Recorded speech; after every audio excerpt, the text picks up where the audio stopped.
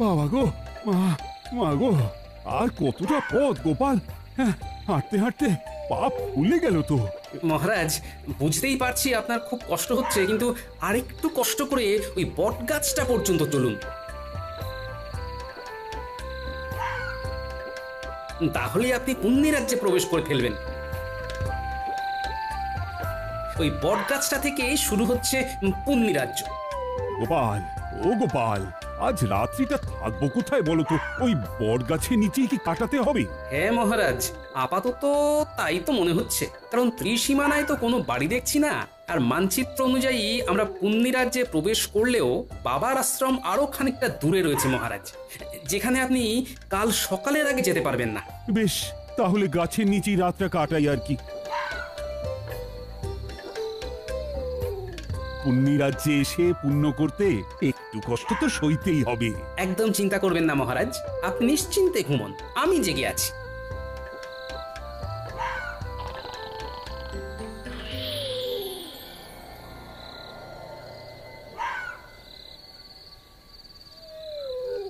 মহারাজ তো ঘুমোচ্ছেন দেখছি, এদিকে ভোর হতেও খুব দেরি নেই, আমি বরং এই সুযোগ একটু ঘুমিয়ে নিই। এই গবা, কি করবি বলতো? রাত তো শেষ হতে চললো, এখনো আমাদের ওই দুজনের মধ্যে কেউ একটাও চোর ধরতে পারলাম না। দেখাবা, এরকম আমাদের পাগলা রাজার মতন কাউকে নিয়ম তৈরি করতে দেখেছিস? কি যে নিয়ম, প্রত্যেক প্রহরীকে কিনা বাধ্যতামূলক ভাবে প্রতি রাত্রে একটা করে চোর ধরতেই হবে। সত্যি আপাদ মস্তক খ্যাপা রাজা। আরে আরে ওই গবা, ওই দেখ, দুজন লোক বট গাছের নিচে শুয়ে, ওদেরকে ভিনদেশি চোর বানিয়ে ধরে নিয়ে যাবি? তাই করি চল, না হলে আমরা আপাদমস্তক পেটে মার খাবো। চল চল ভরি বেটাদের। এই কে কে কে তোমরা হাত পা বাঁধছো কেন? আমরা কিছু করিনি, আমাদের বেঁধো না, ছেড়ে দাও। চল বেটা, চল, চোর সাজবি, চল।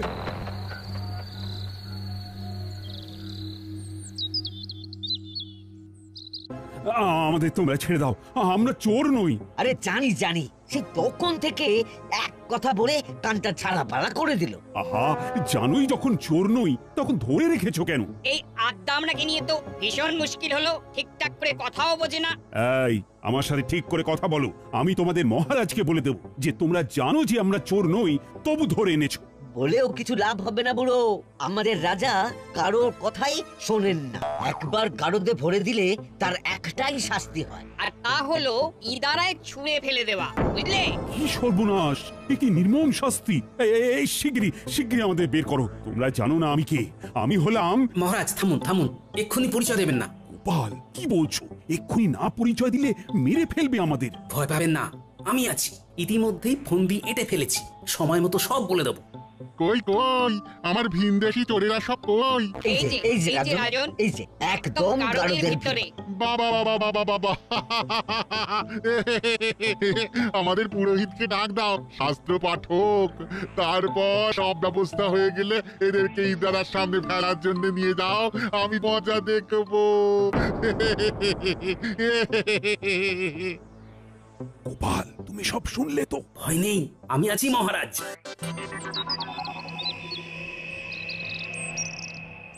তাহলে সব প্রস্তুত তো? হ্যাঁ, এই এই তুমি তুমি ওদিকে ওনার কাছে যাচ্ছ কেন? আমাকে ঠাকুরের নাম শোনাতে। মরতে যাচ্ছি তো তাই। মহারাজ, আপনি এবারে আমার সাথে মারপিট শুরু করবেন। ওরা যদি জানতে চায় কেন মারপিট করছি, তাহলে বলবেন আমরা পেশায় জ্যোতিষী। আমরা গণনা করে দেখেছি যে আজ দুজনের ভেতরে যেজন আগে ইদারায় ঝাঁপ দিয়ে মরবে সে স্বর্গবাসী হবে এবং পুণ্য লাভ করবে। বেশ বেশ, মুক্ত করে দাও দুজনকে, মুক্ত করে দাও। আমি আগে ইদারায় ঝাঁপ দেবো। না, আমি। তবে রে বেটা, দেখ কেমন মারি তোকে। আয় আয়, আমিও মজা দেখাচ্ছি। কি তোমরা থামো, তোমরা থামো, তোমরা থামো, তোমরা কারা তুমি? হ্যাঁ, এভাবে মারপিট করছো কেন? আমরা জ্যোতিষী, গণনায় দেখেছি যে আজকে ইদারায় ঝাঁপ দিয়ে আগে যে মরবে সে পুণ্য লাভ করবে এবং স্বর্গবাসী হবে। কি তোমরা চোর নও? আজকে যে ছাপ দেবে সে স্বর্গবাসী হবে, পুণ্য লাভ করবে। হ্যাঁ, তাহলে তোমরা আর কষ্ট করে ঝাঁপাবে কেন? আমি ঝাঁপ দিচ্ছি, আমার পুণ্য লাভ হবে, স্বর্গবাস হবে। দুটোরই প্রয়োজন আছে। এই 1 2 3। রাজন, উফ, কি বাঁচান বাঁচলাম বাবা। আমরা আমরা এখন কি করব? তোমরা শিগগির আগে ওনাকে তোলার ব্যবস্থা করো। আসলে আজকে এরকম কিছু ঘটবেই না। আর আমরা কেউ জ্যোতিষীও নই। উনি হলেন কৃষ্ণনগরের মহারাজ রাজা কৃষ্ণচন্দ্র, আর আমি হলাম গোপাল ভাঁড়। আমরা এখানে ধনী বাবার আশ্রমে যাব বলে এসেছিলাম। কি ধনী বাবার আশ্রম? কিন্তু এখানে তো এইরকম কোনো আশ্রম নেই। ঠিক বলছো? হ্যাঁ ও ঠিকই বলেছে। বেশ বুঝে গেছি আসল ব্যাপারখানা কি। আমরা চললাম, তোমরা ওনাকে বাঁচাও।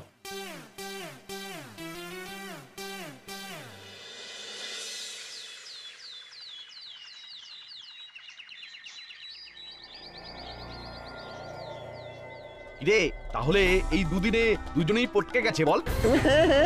পাগলারাটা কাউকে আস্ত রাখে না, সবাইকে জোর অপবাদে ইনারাই ফেলে মারে। সব এখন ছাড়তো। এইদিকে ওই দুদিনের ভিতরেই মন্ত্রী মশাইয়ের চুরি করা মোহরের সংখ্যা দেখো, 9 করে 700টা। কি কাণ্ড দেখেছো? সব বেটা মন্ত্রীর ভড়ংবাজি। চলুন এবার ভিতরে যাই। এই বেটা মন্ত্রী, ষড়যন্ত্রী, এসব তোমার বদমাইশি। চলুন মন্ত্রী মশাই, এবারে আপনাকে ইদারায় ফেলবো। ওরে বাবারে, ওরে বাবারে, ভূত ভূত ভূত ভূত! ঘটা পালা। আমরা ভূত নই। চলো মন্ত্রী, চলো এবার। আমায় আমায় ছেড়ে দিন। ও বাবা গো, ও মা গো, কে আছো গো? বাঁচাও, বাঁচাও, আমায় ছেড়ে দিন।